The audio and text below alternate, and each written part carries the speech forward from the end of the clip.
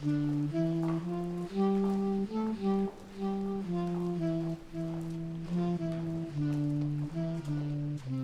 déni, ça fait un peu peur parce qu'on pense d'abord à déni, mécanisme de défense. Alors d'abord, ça fait psy, puis ça fait un peu coupable, ça fait résistance. Donc ma première idée là, c'est de réhabiliter le déni comme une mesure de défense, mais de défense et de protection. Alors, le déni, c'est ce qui nous permet de supporter les très mauvaises nouvelles sans être submergé. Le déni, c'est ce qui nous permet d'entreprendre Saint-Jacques-de-Compostelle sans penser à toutes les ampoules et à tous les aléas de la route. Et le déni, très simplement et quotidiennement, c'est ce qui nous permet aussi de poursuivre une lecture dans un bus bondé et très bavard. Donc ça, c'est ce qui est indispensable à notre vie, sinon nous ne pourrions pas poursuivre notre route. Alors bien sûr, il y a un autre aspect du déni, c'est celui qui nous empêche d'avancer, qui nous empêche surtout d'être dans la satisfaction de notre vie. Alors il y a quelques objets de déni majeurs, c'est celui de notre responsabilité, c'est celui de notre mortalité qui nous pousse à agir tout de suite au lieu d'attendre d'autres horizons ou d'autres saluts par l'extérieur, c'est celui de notre impuissance, c'est celui de notre toute-puissance. Et donc autant de sujets qui m'ont permis de voir que probablement ces dénis-là, ils sont bien cachés. Et donc le propos ici, c'est d'arriver à les débusquer, à les traiter, à les confronter pour retrouver quelque chose de cette fluidité de notre vie. Mais ce n'est pas en réfléchissant d'abord à déni qu'on va les trouver, c'est plutôt en commençant par voir ce qui nous gêne, les pannes, ce qui nous empêche d'être dans le mouvement de notre vie. Donc les malaises, les symptômes, les névroses, toutes ces choses aussi que je veux réhabiliter. À partir de là, effectivement, j'ai voulu créer un jeu de loi, donc un jeu qui suppose des étapes, une progression, qui suppose un parcours. Et c'est lors de ce parcours que je nous souhaite à chacun de commencer effectivement à voir dans un coin sombre quelque chose qui pourrait être un déni. Et une fois que j'ai débusqué, alors à ce moment-là, il y a quelque chose qui devient possible, courageux quelquefois, téméraire évidemment, et toujours accompagné de deuil. Mais ce deuil, c'est aussi la porte ouverte à quelque chose de plus vivant dans notre quotidien.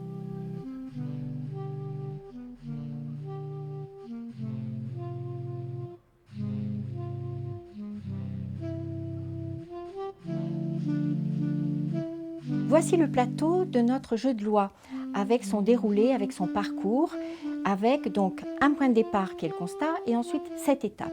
Le constat, avec un gyrophare, c'est le moment de nous interroger sur y a-t-il une panne que je n'arrive pas à traiter, y a-t-il un malaise que je n'arrive pas non plus à dépasser, qu'est-ce qui fait qu'aujourd'hui je sois dans cette interrogation relative à ma vie.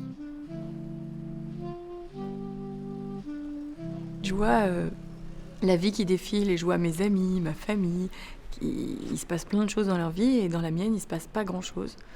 Et du coup, je me suis dit, il y a quelque chose. Ce qui m'amène, c'est une sensation d'un énorme décalage entre des retours qui me sont faits sur moi, des impressions qui me sont faites, et ce que je ressens ou ce que je crois être vrai en ce qui me concerne. Et ça peut être aussi bien agréable que désagréable. D'ailleurs, ça peut être un compliment qu'on me fait et qui me parle absolument pas. Et du coup, ça me paralyse complètement. J'ai remarqué fréquemment que quand je dois joindre un groupe ou quand je rencontre une personne, c'est comme si tout d'un coup tout s'éteignait. J'ai une grande difficulté à rentrer dans une relation et dans une relation avec de l'appartenance. Et oui, je sais plus quoi penser, je sais plus, tout s'éteint. Et du coup, je voulais identifier d'où ça venait, ce qui se passait et comment en sortir. J'aime beaucoup ces groupes de développement personnel qui me nourrissent énormément, qui me donnent de l'envie. Enfin, je sens cette vie qui circule. Et en même temps, moi-même, j'ai du mal à rentrer dedans. J'ai du mal à prendre une part active. Passivement, j'y entre comme ça, petit à petit. Je me familiarise, mais c'est pas actif. Et ça me satisfait pas. Sur le long terme, ça me satisfait pas. Mais ça arrive pas que dans ces groupes-là, ça arrive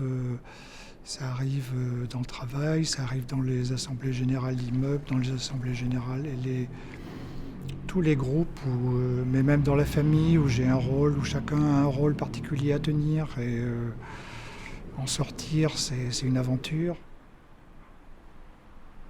J'avais besoin de comprendre déjà quel pouvait être le déni autour du fait que c'est le bazar dans ma chambre et que que je perds du temps, que je perds de la continuité dans mes projets parce que je cherche, parfois que je me décourage. Et du coup, j'avais besoin de comprendre ce qui était en jeu là et pourquoi je n'arrivais jamais à mettre fin au bazar. J'ai une difficulté récurrente quand je suis dans un groupe, que ce soit en famille, avec des amis, même dans mon milieu professionnel, d'avoir toujours un moment qui arrive assez rapidement où je me sens exclue.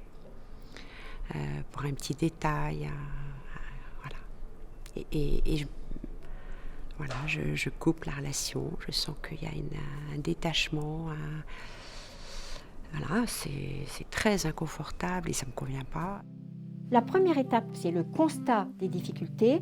Quels sont les effets de ce blocage sur ma vie, dans la récurrence des mêmes symptômes ou des mêmes comportements qui ne sont pas satisfaisants.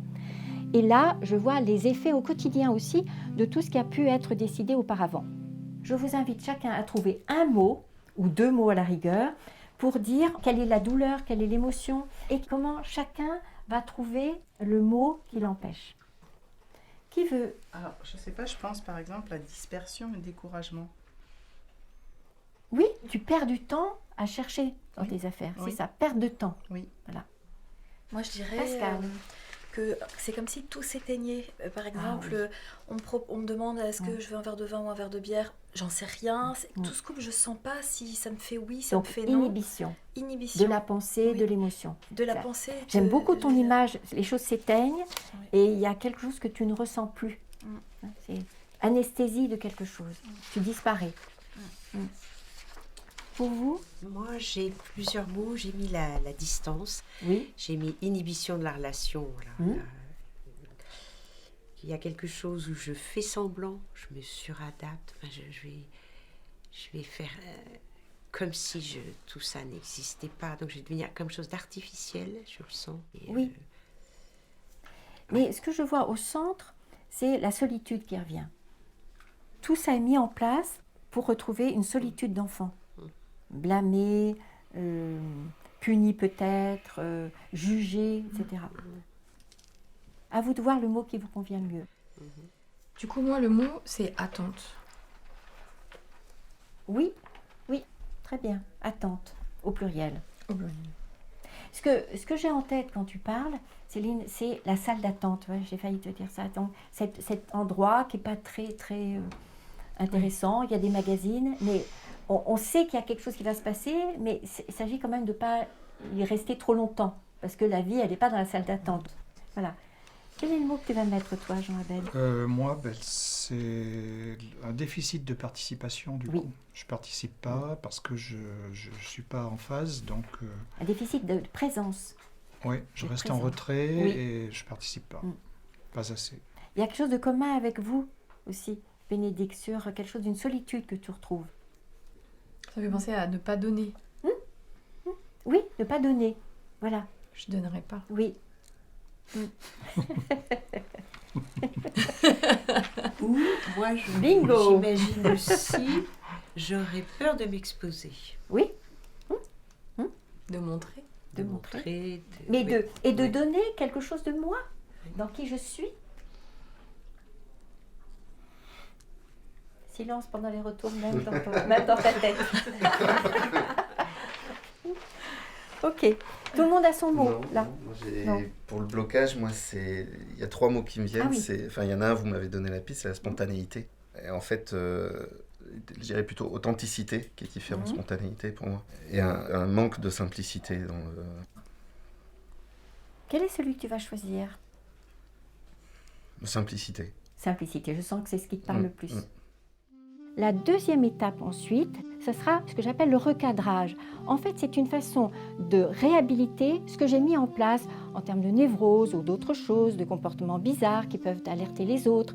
C'est voir qu'à un moment donné de ma vie, ce que j'ai décidé de faire, c'était ce qu'il y avait de plus aidant pour moi et de plus intelligent. Ensuite, ça a pu se retourner contre moi, c'est la raison aussi de cette réflexion. Quelle fonction positive, donc, ce comportement a-t-il permis dans ma vie ?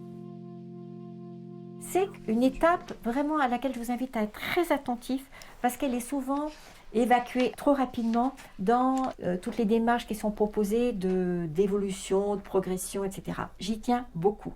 Donc, à vous de jouer maintenant. Qu'est-ce que j'ai voulu protéger ? Pour moi, c'est clair, c'est mon territoire. C'est mon territoire. Très bien. Donc, protection de ton intimité. Oui. Écris-le. Qu'est-ce que vous avez voulu protéger les uns et les autres ? Moi, c'est échapper au contrôle et au jugement. À la volonté de contrôle des autres. Très bien. Écris. Est-ce que vous voyez combien ça rouvre quelque chose ? Ça nous permet de rester dans la conviction que tout ce que nous avons fait, c'était du côté favorable pour nous, même si c'était désapprouvé, sanctionné, puni, jugé par les autres. Mais moi, à ce moment-là, je savais que c'était bon pour moi. Qui veut dire son mot ? Je veux bien, oui, je pense que dans mon cas, c'était pour éviter le rejet, Oui. maintenir l'appartenance, Oui. conserver Oui. l'appartenance. C'était appartenir à ma famille, Oui. C'était Oui. être sage, disons, Voilà. ne pas faire comment dire, ne pas poser un acte ou une parole qui pourrait provoquer le rejet. Voilà, mais tu le dis très bien. L'appartenance, évidemment, c'est une des choses dont nous avons besoin, c'est être parmi les autres et que le prix à payer aussi, c'est pour appartenir à ma famille. Alors, si je suis un garçon, surtout, il ne faut pas que je sois dans le chagrin. Si je suis une fille, il ne faut pas que je sois trop en colère. Il ne faut pas que je révèle des choses trop taboues. Il ne faut pas que je pose trop de questions sur un secret. Donc, ce que tu dis bien, c'est le prix à payer pour appartenir. Appartenir est une condition de vitalité importante, de survie aussi, et de la bonne santé. D'accord ? Mais il y a aussi chercher à répondre à des attentes de l'extérieur, C'est ou ça. satisfaire ce que je crois que Voilà. les gens attendent. Est-ce que c'est la même chose ? C'est la Échapper même au chose, contrôle ? c'est la même chose, mais c'est bien que tu le dises des deux côtés. C'est-à-dire que pour appartenir, soit je vais me conformer et obéir, entre guillemets, soit au contraire, je vais cacher. Et après, donc nous allons le voir tout à l'heure dans le parcours, tu vas être étonné que les autres ne te voient pas alors que c'est toi qui as caché. Donc on approche là de quelque chose de cette conscience qu'au fond, tu récupères ce que tu as déjà décidé, mais ça ne te convient plus aujourd'hui. Voilà. Qui veut dire ? Moi, Toi, Pascal. Ce qui me vient spontanément, c'est me protéger contre une forme de dévoration. Oui, complètement. Voilà. Tu vois, ça réhabilite quelque chose qui aujourd'hui te pèse, mais à ce moment-là, c'était ce qu'il y avait de plus avantageux pour rester, toi, dans une intégrité minimum. Et je vois que quand vous dites, quand vous avez dit à l'instant Javel, que l'appartenance c'était une condition de survie, Oui, du coup ça fait assez mal. appartenir, mais sans payer ce prix fort que tu as vu nécessaire, à tort ou à raison, mais nécessaire et vital quand tu étais bout de chou. Mais aujourd'hui, tu es adulte. Donc tu peux redécider quelque chose en sortant du déni. Mais le déni, nous allons mettre un mot dessus. Moi, je dirais que ça m'évitait trop de douleurs de rejet. Oui. Anesthésie. Anesthésie. Plutôt abandonner que d'être abandonné. Oui. Enfin, c'est ce scénario-là, je crois. Plutôt me faire disparaître Oui. d'une certaine façon et ne pas sentir que affronter la douleur. Et là, on revient au poison de la solitude. Ma douleur d'enfant, ma honte d'enfant, je ne peux la traverser qu'à condition d'être dans les bras de maman. Et s'il n'y a pas une personne, ma marraine, ma grand-mère, etc., pour prendre soin de moi quand je traverse, je ne veux pas traverser et je vais anesthésier. Moi, ce qui m'est venu, c'est protection dite de l'identité. Moi, ce que je vois, c'est une peur d'être transparente aussi. Tu vois, ça ferait une étape de plus. Comme si tu n'étais pas certaine d'être étanche au regard de tes parents aussi. Et que c'est ce qui fait aussi que tu as menti, parce que mentir, c'était cette protection qui reste un outil extraordinaire, hein, qui était vu comme un vilain péché, alors que c'est un outil de construction de soi, voilà, sans lequel la vie est impossible. Voilà. Tout le monde a écrit son mot à l'étape numéro 2. Est-ce que vous sentez déjà que vous sortez d'une apnée, parce qu'il y a quelque chose là tout à coup qui est... Voilà, j'ai fait quelque chose de positif pour moi. J'ai été un bon parent pour moi à un moment donné.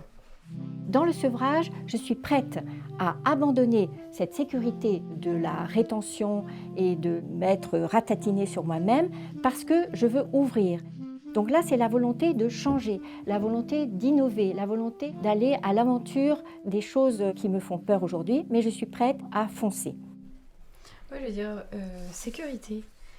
Parce que en fait, ce que je sens depuis tout à l'heure, c'est le... Moi, je recontacte de me sentir en danger. Qu'est-ce que tu veux de différent dans ta vie d'adulte? Qu'est-ce que tu veux créer? Qu'est-ce que tu veux changer? Alors que la sécurité, c'est la condition pour cette création. Quelle est l'action? Ah oui, là c'est l'action.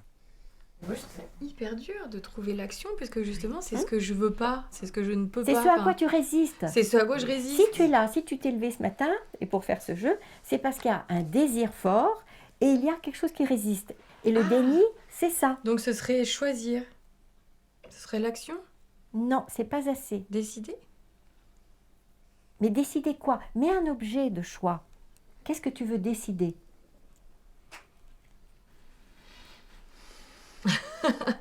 Qu'est-ce que je veux décider? Qu'est-ce que je veux changer dans ma vie? Oui, Par exemple, ce serait de faire l'expérience de la maternité. Bon, est-ce que tu te sens de mettre ça? Ah, donc ce serait ça l'action, de faire l'expérience de la Oui, maternité. c'est une action. C'est une Alors, action, je vais écrire en ça, effet. mais je Ça vois fait que pour peur. moi, ça fait partie des magazines, quoi. Oh, c'est beau, c'est sympa. Justement. Waouh, c'est- j'ai vraiment envie. Hein. Mais alors, de là à sortir de la salle d'attente... Je vois qu'il y a beaucoup de bénéfices à rester dans la salle d'attente. Je n'ai pas trop envie d'entendre la fraise, d'avoir un diagnostic, d'avoir une piqûre, etc. Parce que Le ça, problème, c'est qu'on va ressortir les gens qui ont mal aux dents. Donc, si on a encore moins envie d'y aller. merci pour cette illustration. Pierre, c'est exactement ça. Donc il y a plein de bénéfices à attendre. On verra demain. Mais alors que la vie, c'est aujourd'hui.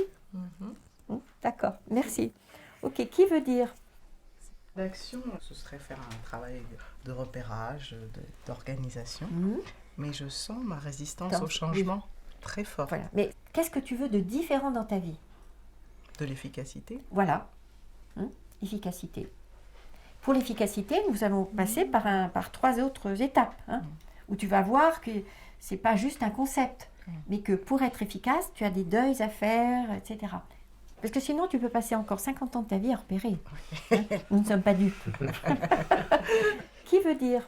Alors moi, la première chose qui m'est venue, c'était affirmer ce que je crois, ce que je pense, ce que je vis, ce que je fais. Très tout bien. ça. Très Et bien. je laisse aux autres leur choix d'y adhérer, d'y croire, de ne pas y croire. Affirmer, ça te rend indépendant de la vie des autres, en fait. Ça te donne de l'indépendance. Et du coup, moi, ce que j'entends, c'est que tu prends la responsabilité, dans le mot affirmer, au moins d'envoyer le signal de qui tu es. Moi, je pense que je suis ça.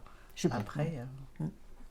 Merci beaucoup pour toutes vos réactions parce que ça vient illustrer ce que j'aime tellement dans ce travail en équipe là, c'est la pollinisation. Chaque fois que vous intervenez, ça permet aux autres d'affiner quelque chose de leur propre réflexion, de leur propre discernement. Voilà. Pour vous? Parce que j'aurais vu comme action rester physiquement. Oui, physiquement. Parce que je peux M'approcher de la complètement personne, de quelqu'un. m'abstraire de mon corps. Enfin, Gardez la relation. Restez en relation. Regardez, parlez, écoutez. Acceptez la main tendue, même si elle est un peu calleuse, même si elle est un peu chaude, même si elle est un petit peu transparente. Je prends la main qui m'est tendue, au lieu de disparaître dans un coin. Restez, restez, restez en relation. Et cette expérience va vous permettre de réparer aussi. Alors toi, Jean-Albert. Moi, j'ai de la difficulté à écouter en même temps tout ce que vous dites et être branché sur ce que chacun dit. Et puis retrouver ce que j'ai envie, ce que je dois dire, quoi. Eh bien, la prochaine fois, c'est toi qui parleras en premier. Oui.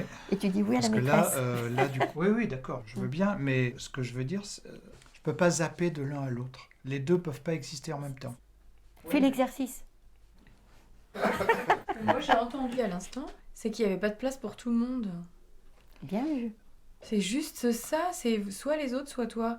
Mais il peut y avoir et les autres, et toi, et les autres. Et si je passe pas en premier, donc c'est foutu. Non, c'est pour ça que tu es embêtant. On va le voir.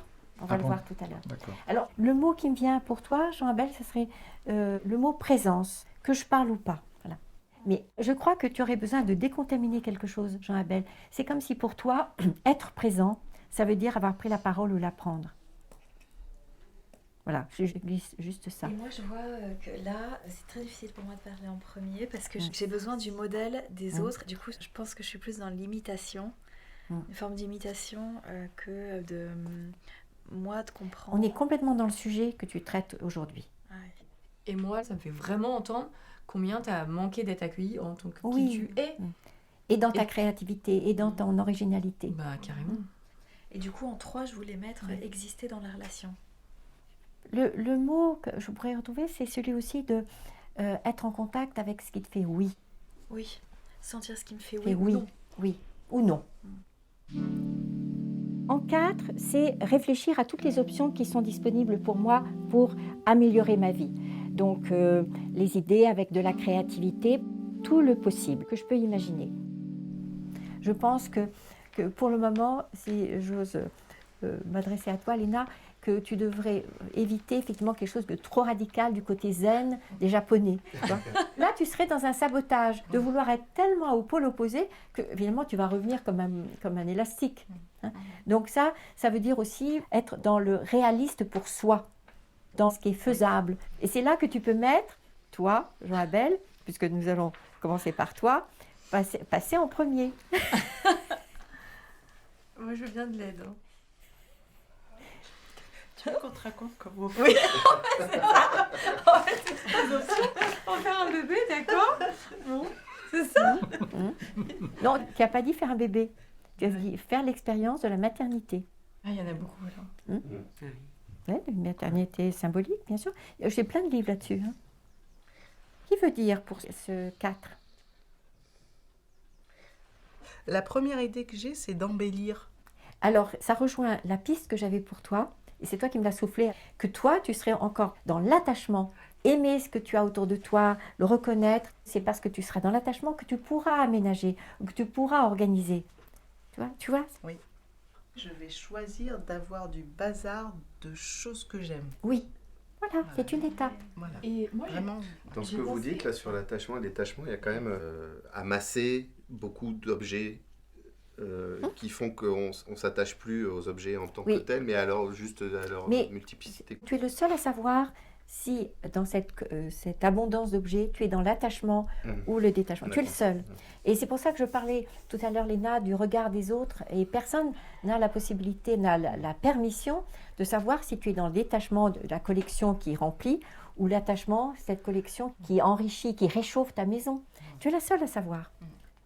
Je pense que cette névrose-là, entre guillemets, elle est vraiment facile à regarder comme le fruit de nos mamans qui nous ont fait croire, à tort, que le désordre, c'était pas bien et que l'ordre, c'était mieux.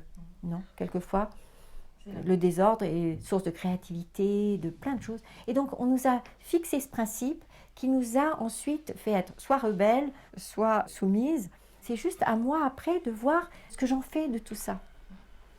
Alors moi, je fais l'expérience chez moi, c'est que le désordre qu'a laissé les petits-enfants, je le laisse parce que c'est la vie qui Oui. continue. C'est vrai. Et j'aime bien qu'il n'ait pas rangé en partant. Moi, je vis en couple et ce que j'apprécie énormément, c'est que je n'ai jamais de pression Oui. de mon compagnon pour que je range. Il constate, il fait des jeux dans sa tête. Il se dit, tiens, combien de temps elle va laisser ça là? Des fois, il met un petit post-it, il parie que je vais le ranger dans tant de temps. Et puis, je regarde le post-it et puis, ah, tu vois, non, je l'ai fait 3 jours avant. Voilà. Ouais. Je vois vraiment combien ça protège une bulle pour toi aussi, tout ça. Ok, donc tu as ton mot, toi. Moi, je vois que là, je suis en train de retomber dans de l'inhibition, en Oui, fait. alors, Comme si j'avais pas le droit de désirer et en même temps pas le droit de dire non.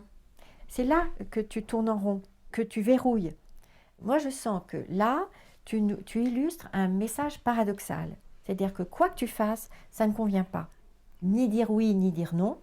Et qu'il faut bien, là, aujourd'hui, que tu en sortes en te donnant la permission de commencer par dire non. Je pense que tu n'as pas eu la permission de le faire et qu'aujourd'hui, même adulte, tu as besoin de dire non aussi souvent que possible. Après, tu pourras te donner la double permission et dire oui. Pour le moment, tu ne peux pas être dans l'expression de ton désir tant qu'il y a ce message-là. Et qu'est-ce que tu as écrit en 4 ? J'ai mis sentir et dire non et j'ai souligné dire non. Voilà, et tu enlèves sentir. Parce que c'est parce que tu vas dire non que tu vas sentir, finalement. Fais-moi confiance. Oui, Moi, Pierre. j'ai un peu dans les options, là, en fait, je vois pas trop de créativité. Ce qui me vient, c'est me poser les questions. La question de savoir si à chaque instant, est-ce que je fais, ça me correspond. Eh bien, ce que je te propose comme option créative, c'est même de dire des choses que tu ne penses pas. C'est être de la provoque, mais provoque, Parce que provocation. et l'autre chose qui venait, c'était changer d'avis. Oui, Je sais pas voilà. quel est le... Oui, mais tu peux mettre les deux dans les options, changer d'avis et être un peu dans la provoque. En fait, c'est oser faire des choses que tu n'osais pas. Oser, avant. audace, voilà. Tu risques rien. Et moi, ce que j'aime, c'est que dans cette audace, c'est uniquement par rapport à toi-même. Et tu n'es plus dans la dépendance du Oui. regard des autres. Et ce décalage, il s'évapore pour moi. En 4, vous avez tous un mot? Non, Bénédicte? Moi, j'ai pas. Ce que je pourrais, c'est solliciter. Demander, solliciter. Demander. Mm. Oui. C'est pas que des expériences positives. Et pour le moment, on est en difficulté, bien sûr. Et qu'est-ce que tu entends par là? C'est prendre le risque, quand même. Mm. Voilà. Et le risque... Là, vous prenez, Bénédicte, le risque d'être dans la relation. Donc, audace, tous les deux, vous écrivez audace. Prise de risque. Pour 4, chacun a son mot. Oui. Quand je passe en 5, modification, là vont réapparaître les pires menaces probablement de cette entreprise de changement, qui sont les loyautés. Loyautés que j'ai pu avoir et que je peux continuer à avoir aujourd'hui à un milieu, à une famille, à une entreprise. Toutes ces choses aussi qui confirmaient que j'avais le droit de me faire exister dans ce lieu. Donc, abandonner ou renoncer à ces loyautés est un grand deuil également, et c'est sans doute la modification majeure, qui demande aussi du temps, du courage et souvent de l'accompagnement. Forcément, là, il y a une désobéissance. Il y a une transgression à des injonctions qui sont toutes non verbales et qui disent « nous avons reçu le message à tort ou à raison de ne pas apparaître, de ne pas faire de vagues, de ne pas provoquer de conflits ». Mais ça va venir modifier quelque chose d'un confort dont on parle depuis le début. Donc, la modification, quelle est-elle? Et la loyauté, quelle est-elle? Et quel est le mot qui va dire ça? Hein, c'est tout ça. Quel est le mot que vous allez mettre? Moi, ce serait la peur de sortir de la conformité. Oui, pour la loyauté, tu ne pouvais pas tomber mieux, Pascal, parce que tout ce qu'on t'a demandé depuis ta naissance, c'est d'être cet enfant conforme à des modèles, à une culture, la bonne éducation. Voilà. Et c'est ça que tout à coup, tu vas voir se troubler. Voilà. Alors, moi, je prends la parole tout de suite après toi, parce que moi, j'ai vraiment deux injonctions, sois conforme et ne dérange pas. Oui. Et là, c'est vraiment la peur de déranger. Bien sûr, bien sûr. Injonction, c'est vraiment le mot-clé pour la plupart d'entre vous, hein, avec les 15 injonctions. N'existe pas, ne dérange pas, ne fais pas de bruit, ne ris pas trop fort, ne pleure pas, n'appartient pas. Même si j'ai expérimenté ça, je me suis pas confrontée à de la désapprobation parce qu'à chaque fois c'était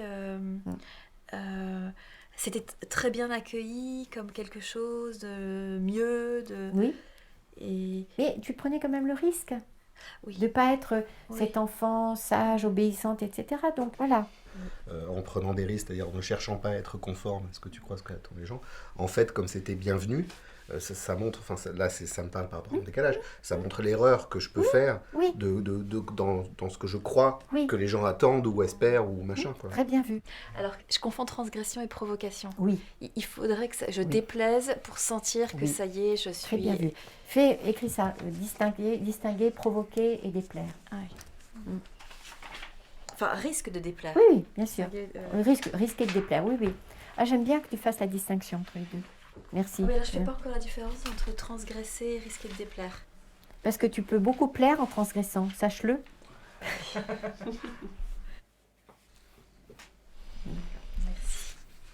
Oui, Dans les modifications, en fait, ce qui m'est venu, c'est faire sortir de moi ce qui vient en premier. oui. C'est là qu'on retrouve spontanéité. Ouais. Mm. Ce qui remonte, c'est l'autorisation de me planter, en fait. Oui, c'est ça. Et puis, il y a une autre chose que je vais dire pour la 6e, pour toi aussi. Autre... Oui, Alors, je ne sais pas, dans les loyautés, ça serait peut-être la peur du rejet. C'est toujours ça qui revient. avec aussi... N'exprime pas. voilà, tais-toi, ne te fais pas remarquer. Et du coup, la modification, ça serait... D'avoir conscience que je risque d'être loyal à ça et que j'ai décidé aujourd'hui de donner plus de prix à mon projet de vitalité et de satisfaction, mais que je risque d'avoir derrière moi cette injonction qui réapparaisse, parce que je vais être déloyale là. Mhm. Et c'est surtout important d'en avoir conscience parce que ça n'a pas été verbalisé, mais ça a été transmis avec des messages non verbaux qui sont plus puissants que les messages verbaux. Oui, toi? Moi, en fait, cette salle d'attente, elle me permet de trouver la sécurité. Là, c'est être en contact avec ce besoin de sécurité à construire quoi qu'il arrive. C'est ça. Donc sécurité. Et notamment avec les injonctions qui seraient ne fais pas confiance aussi. Hein. Méfie-toi. Tout d'un coup, il y a une phrase qui me revient. Ma mère me dit tout le temps, on ne peut pas avoir confiance Oui. aux hommes. C'est ça que j'entends. Oui. Ouais. Bénédicte. Moi, je suis très sensible là, c'est le côté positif de ce que vous exprimez par rapport à ce qu'on est en train de dire, ne pas Oui. affronter ou des peurs d'eux. Et je ne vois pas de choses positives. C'est la décision d'être dans la vie et dans la relation. C'est ça le grand changement. Que la vie, c'est un sport d'équipe. Et que pour le moment, il vous manque quelques permissions pour être dans un sport d'équipe comme nous le faisons maintenant. Avec cette liberté de parler ou pas, mais cette liberté d'être présente à vous et aux autres. Double présence. Écrivez. Ok. Vous avez tous un mot. Non. Toi, Léna. Peur d'être intrusé. Mhm. Donc, du coup, être dans l'accueil, dans la générosité. Ce qui me vient à l'esprit, Léna, c'est moi qui sais. Comment je range, où sont mes affaires. Vraiment une affirmation. Et de laisser à personne le droit de savoir à ta place. Mais ça, je dirais que ça a été la seule grande liberté que j'avais dans l'enfance. C'était mon bazar. Oui. Tout le monde disait que ma chambre était en bazar, mais personne n'a jamais ordonné que je la range. Maintenant, cette modification, c'est entre toi et toi. Peut-être d'être moins en réaction, D'accord. mais être plus dans quelque chose d'un confort personnel. Je trouve ça intéressant parce que nous, ce qu'on travaille beaucoup, c'est ce qui nous a été interdit. Aujourd'hui, on voudrait être dans la vie. Et toi, au contraire, c'est ce qui a été sans limite. Et là, aujourd'hui, tu voudrais te dire, ben non, je pourrais structurer, je pourrais l'organiser. Alors là, je nous invite chacun à être dans l'enfant libre, qui fait pas, qui parle pas, etc. Mais dans cette fluidité, double permission. Du coup, Dans ce que tu dis là, Bénédicte, il manquait peut-être la permission aussi que ça ne soit pas le bazar, que ce soit rangé. avec le risque que les autres autour récupèrent en disant bah, tu vois, c'est bien mieux maintenant. Non. En fait, c'est de t'adopter. Oui. Oui. Allez, Marc, adoption. Merci pour le mot. Ça peut servir à d'autres d'ailleurs. Chacun son mot. Bon, pour le 5, on passe en 6. La vraie question avec anticipation, c'est la question du prix à payer. Bien sûr que je gagne en liberté, mais cette liberté, elle a un prix Et c'est ce que j'appelle les prix à payer pour sortir de l'ornière. Et ça demande beaucoup de discernement, parce que souvent nous préférons les minimiser ou carrément les nier. Donc qu'est-ce que vous anticipez comme prix à payer? Moi, c'est déplaire, ou décevoir, mais maintenant je vais vous laisser la parole, parce que vous Oui. m'avez dit que vous m'avez réservé plein de trucs pour... Le mot que j'ai, c'est risque de conflit, risque d'ouvrir des débats, et pas de débat. Tu vois ce que je veux dire? Non. Zut. C'est que à partir du moment où ce gap-là, cet écart va être identifié comme tel, le risque, c'est justification, débat, vouloir avoir raison, donner tort, etc. Zéro débat, zéro discussion. Un conflit, à condition que ce soit un conflit de besoin, où est-ce qu'on va en vacances, etc. Oui, mais zéro conflit de valeur. Parce que pour le moment, on est sur la zone de ton identité, de ta légitimité à être comme tu es. C'est moi qui sais pour moi, c'est moi qui éprouve. Et là, c'est une discipline de faire. Tu vois ça? Et ça va être le paradis pour toi après.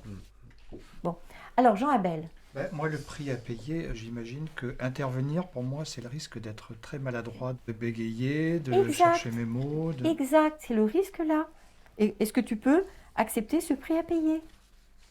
La réponse est oui. C'est le prix à payer pour être présent.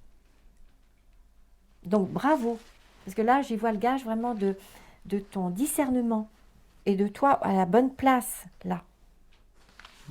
Alors, moi je vois que ce serait peur Pascal. de me tromper, de ne pas avoir dit non à la bonne chose. oui. Voilà. Et donc là, on retrouve la conformité et la perfection.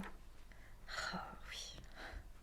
Mais forcément, si nous sommes encore contaminés par le soi parfait, eh bien, ce qui nous gêne le plus, c'est de ne pas être à la hauteur. Donc, le salut, pour ça, passe par une exigence que vous m'entendez souvent dire. Je peux faire des erreurs, mais ce n'est pas moi qui suis une erreur. C'est vraiment tout le temps bien distinguer qui tu es, de ce que tu fais, de ce que tu apprends, de ce que tu dis, etc. Est-ce que tu l'entends? Oui. Voilà. Toi, Léna. Moi, je suis bouleversée parce que ça fait pas mal d'années que je veux ranger ma chambre. Et là, tout d'un coup, je veux plus ranger ma chambre. Enfin, je trouve que maintenant, c'est ma liberté. En fait, voilà, c'est très émouvant pour moi parce que j'ai transporté ma liberté pendant tout ce temps. Oui. Mais il y a autre chose, c'est que je suis attentive dans la formulation à quand tu dis « ranger ma chambre », qui est vraiment une phrase de parents aux enfants. Et je t'invite à trouver un autre mot pour dire ta nouvelle relation à ta chambre. Pour que ce soit plus du tout sur le regard des parents. Oui, oui.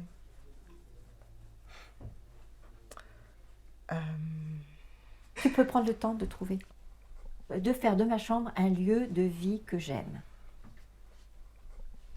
Où je sois confortable, où je sois bien, où je me sente chez moi.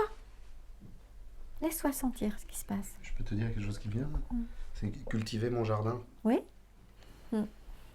J'aime beaucoup, merci Pierre.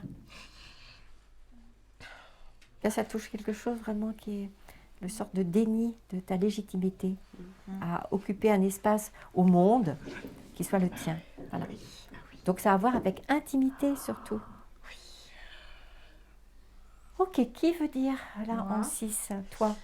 Le mot qui me vient, c'est alliance. Très bien. Très très bien. Il y a une période où justement, plus jeune, je m'étais toujours dit, surtout tu ne demandes rien à personne. Et donc la solitude. Et donc voilà. Et en même temps, ça me fait hyper peur parce que je me dis, faire alliance, ça veut dire trouver des partenaires, trouver des personnes, faire équipe et tout ça. Et ça vient réveiller des blessures. Bah, surtout, ça fait le deuil des confiance. pactes. Oui, et ça veut dire le deuil du contrôle, le deuil des manipulations. C'est ça l'alliance. C'est très riche. Qui veut dire? Encore. Vous avez chacun votre mot? Moi, j'aime beaucoup Alliance, ça me fait chaud au cœur. Et je vois bien que ce qui est remonté, c'est de faire le deuil de... Moi, j'avais mis manipulation. Parce qu'en fait, je vois bien à quel point je vois l'autre comme étant caché et autre que ce qu'il est. Je vois Et donc, à quel point ça me parce que moi, je pensais que mine. vous alliez dire, vous alliez faire le deuil de contrôler. Et c'est pour ça que je trouvais que c'était bien qu'il y ait confiance, le contraire de contrôle, et que alliance était le produit qui allait juste suivre. Ah oui. Et alors j'ai mis autre chose aussi, le prix à payer, c'est le confort que je me suis Voilà. installé de ma Oui. solitude. Confort. Bien sûr. Moi, Pierre. j'ai un peu digéré là, ce que vous m'avez soufflé, c'est-à-dire prendre le risque de débat sans débat, de discussion sans discussion. Mais alors comment est-ce que je peux entendre ce que l'autre a à me dire? Ah, mais nous y arrivons Et à la clé. en fait, je ne cherchais pas à entendre ce que l'autre avait à me dire, mais que c'était la route vers le contrôle. Oui, et vers l'accueil du reproche, de la critique, du blâme. Et que quand je dis une relation sans débat, sans justification, etc., c'est une relation où toi tu existes sans être poreux à ce qui va être renvoyé. Moi je pense que tu ouvres la porte à deux battants pour les reproches. Mais comment je fais, du coup, pour accueillir juste l'autre? L'accepter? Sans parler. Sans le laisser parler. Toi tu peux t'affirmer, Je suis très très mal à l'aise en fait. tant mieux. On rigole, mais je suis vraiment mal à l'aise Mhm. avec ça. Pour moi, on est vraiment dans une sorte de logique, de fonctionnement, de relation, où je te vois ne pas te sentir légitime avec parler et ensuite accueillir ce que dit l'autre comme une vérité dont tu aurais à prendre tout au parti. Laisse infuser tout ça. Mais on va arriver à la 7 aussi. Parce qu'il y a vraiment une redécision à prendre. Mhm. Oui, il y a vraiment quelque chose d'important. J'entends, Voilà. je me fais une grosse discipline là, de faire silence. Oui, tu as raison. Parce que Et, sinon, il y aurait plein de personnes qui diraient hey, qu'est-ce que tu fais là?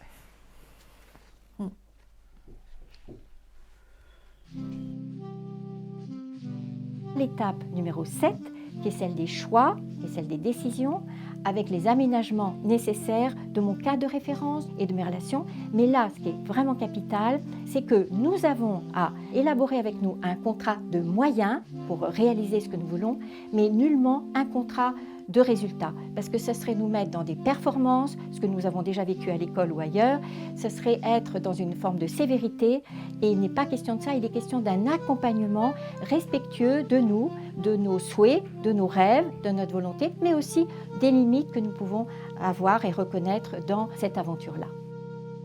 Quel est le mot qui dit le choix que je fais? Oui? Stop. Voilà, stop, c'est le mot juste. Et donc, deuil de parler.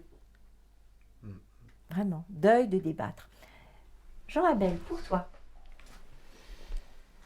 Je ne sais pas encore. c'est une expérience qui va te permettre de faire bouger les lignes. Mhm.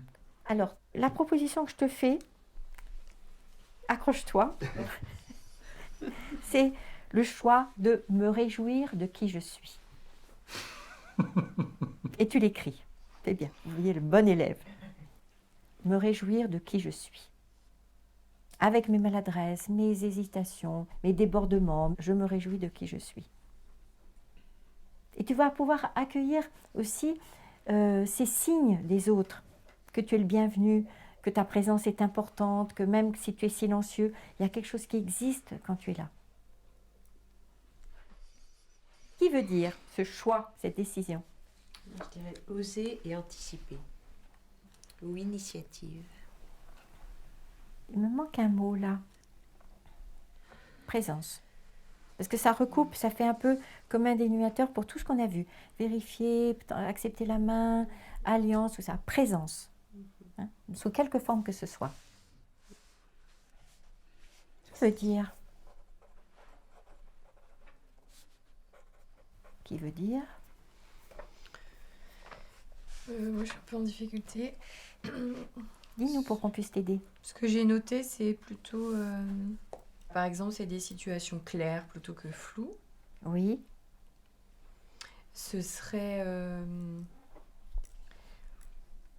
Est-ce que tu me permets de Oui. faire une proposition? Parce que ce que je vois dans ta pétillance, c'est combien tu es à l'aise dans le principe de plaisir. Et je t'invite, comme choix, à mettre de l'énergie, à associer principe de plaisir et principe de réalité. Ouais. Ça va te faire sortir de la salle d'attente. Mais un exemple concret, parce que pour moi, c'est... C'est aller jusqu'au bout de ce que tu as décidé, c'est faire le deuil de ce qui t'empoisonne encore, c'est vraiment être dans cette réalité que tu as à vivre. Ah, et c'est partagé aussi. Partager, Ce que tu fais déjà bien, c'est accepter les confrontations. C'est en fait accepter les supervisions, tu vois, d'être accompagné, contrairement à ce que tu as vécu enfant. Ça te ferait grandir, voilà. Principe de réalité pour continuer à grandir. Au lieu de rester dans un peu la cour des petits, que tu passes dans la cour des grands. Ce que tu fais bien professionnellement, mais ce que tu pourrais faire davantage pour ta vie à toi. Alors moi, je pense à construire mon intimité à travers ma chambre. Oui. Et la voir vraiment comme ton territoire symbolique. Ça veut dire aussi être complètement sécure sur le côté secret. Et que pour moi, c'est une chose à construire dans les familles, c'est que quoi qu'il arrive, que chacun puisse sentir qu'il peut laisser ses affaires traîner, qu'il n'y aura jamais une transgression de cette confidentialité, de ce secret, de ce territoire, à la fois secret et sacré. Merci, Léna. Pascal, tu voulais... Moi, ce qui me vient, c'est ces projets. Par exemple, ce que j'ai appelé un projet de reconversion professionnelle. En fait, je crois que c'est encore dans la case désir, mais c'est pas passé en projet, même si j'ai mis des choses en place. Bravo. Et il y a vraiment ça. Ce que je vois de vraiment futé dans ce que tu viens de dire, c'est que quelquefois, je fais l'hypothèse que tu es dans le projet avant d'avoir été dans le désir, notamment en relation. Ah oui. Tu vois, et que donc, c'est de bien laisser les deux choses distinctes. Dans la façon d'avancer dans ta vie, savoir qu'il y a des projets peut-être sans désir, il y a peut-être du désir sans projet, et puis comment tu vas combiner désir et projet. Et j'aime beaucoup que le mot que tu mettes, c'est projet. Et que toi, tu pourrais aussi le rajouter à ton tableau. Merci à chacun. Je redis bien, c'est un parcours du côté de l'ouverture et surtout pas de la vérité, mais de la satisfaction pour récupérer de la mobilité, de la fluidité pour notre vie. Merci. Merci à vous.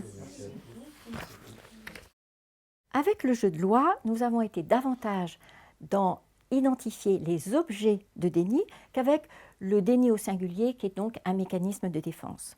Quand je parle des objets de déni, j'insiste sur 3 registres, celui de la réalité, notamment quand je dis j'en ai pour 5 minutes, alors que je sais bien au fond que j'ai besoin de 20 minutes. Ensuite, c'est toutes les dépendances qui sont un registre de grandes ruses que nous avons pour éviter de les regarder en face, du genre l'alcool je peux arrêter quand je veux, du genre demain j'arrête le sucre, et je pourrais en trouver bien d'autres exemples. Et puis le 3e registre de déni, le 3e objet de ces dénis, c'est celui de toutes nos relations. Et c'est bien sûr là que je vais trouver le terreau des manipulations, des violences, des séductions et de tout ce que nous avons pu illustrer effectivement dans ce thème des manipulations masque, sans masque. Alors, je trouve 3 zones de turbulence. D'abord, ce sera celui du déni de notre légitimité à réagir, notamment dans les situations où nous sommes témoins de violence. Et là, tout à coup, nous pensons que c'est toujours comme ça, qu'il n'y a rien à faire. Donc, il y a vraiment quelque chose qui handicape cette puissance que nous pourrions avoir à répondre présent. Ensuite, il y a celui des responsabilités. Nous le trouvons aussi, bien sûr, dans les situations où nous sommes plutôt invités à exister, à prendre la défense. Et là, plutôt que de nous sentir dans l'autorité de parler, nous sommes dans l'abandon de poste et avec les prétextes, les mauvaises raisons, mais je ne suis pas la mère, je ne suis pas le directeur, je ne suis pas la police, comme si tout ça nous dispensait effectivement de ce sentiment de responsabilité. Donc, autre déni important. Le 3e, que je veux souligner parce qu'il existe et il est comme un fil rouge dans toutes les situations que nous avons illustrées, c'est celui du respect. Respect de moi dans mes besoins, mais respect du besoin des autres aussi. Donc là, ce serait comme le déni de l'urgence et de la priorité de prendre l'autre en considération. Dans son rythme, dans ses besoins, je viens de le dire, dans son besoin de pudeur, dans son intimité, dans son souhait de parler, donc toutes ces modalités-là. Et ça, vraiment, pour moi, c'est capital parce que c'est là que tout va se jouer. Et que là aussi, nous avons malheureusement des modèles de beaucoup de passivité, de beaucoup d'abandon, de beaucoup de violence, et que nous avons à remonter le courant pour voir à quel point effectivement, le déni, là, est une porte ouverte à deux battants sur beaucoup de tentations de manipulation. Encore une fois, déni de la réalité, déni de la relation. Donc, là, ce que je veux redire, c'est que ce déni, c'est aussi vraiment le terreau pour le triangle dramatique dont nous avons parlé, avec la posture de victime, la posture de sauveur ou celui de persécuteur.